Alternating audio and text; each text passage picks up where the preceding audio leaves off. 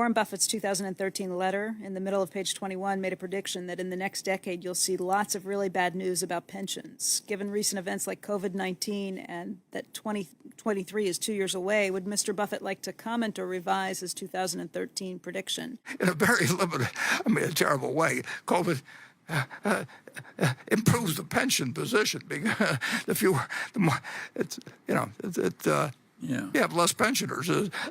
But the pension situation is terrible in a great many states. It's not so bad at the corporate level, and there's some multi-employer plans obviously that have got problems. But basically, it's a terrible problem for the states, and of course some states, and states are going to go to Washington now and say, we all want to get a lot of money because we had these terrible things happen to us during the pandemic, which they did, but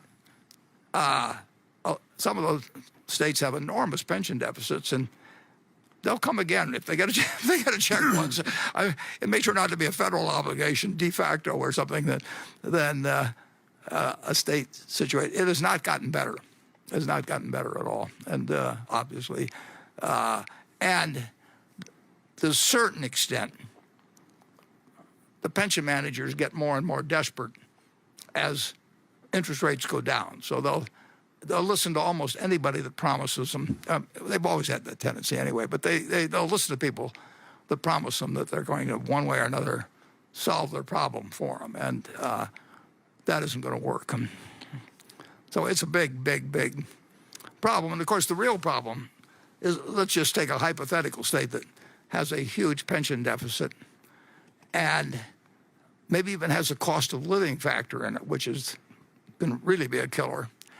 And you can move if you're an individual. Charlie won't move to save that $500 million. He was not going to move to Nevada or someplace. But you can move if you're an individual to some degree, particularly if you're rich and old and retired. And you can actually take away an asset from that kind of environment and give it to another state that doesn't really need it as much. So you'll get adverse selection over time.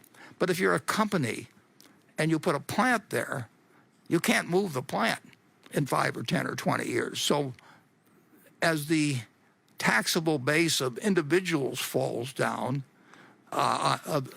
simply because people select out of being a part of the population, you can't select out very well as a corporation.